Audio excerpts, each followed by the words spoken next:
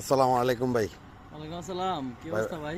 এত ভালো আছে, আপনি ভালো আছেন? এই তো ভাই, আলহামদুলিল্লাহ। ভাই আমাদের ইনুস সাহেবকে আয় না, আমাদের কি লাভ হলো ভাই? একটু ওনার বলবেন আপনি।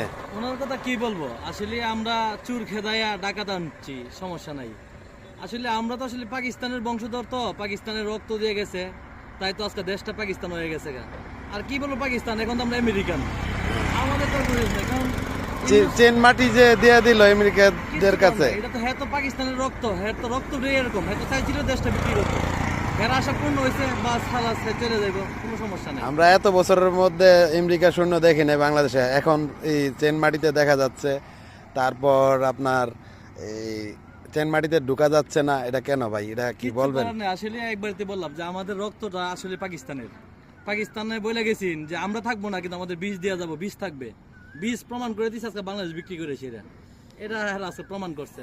ইনুস সাহেব কি করতে চাইতেছে ভবিষ্যতে, এটা কি বলবেন? ইউনূস সাহেব আগে পরে সবটি মানুষের আসলে কিডনি বিক্রি করার ওর চিন্তা ভাবনা।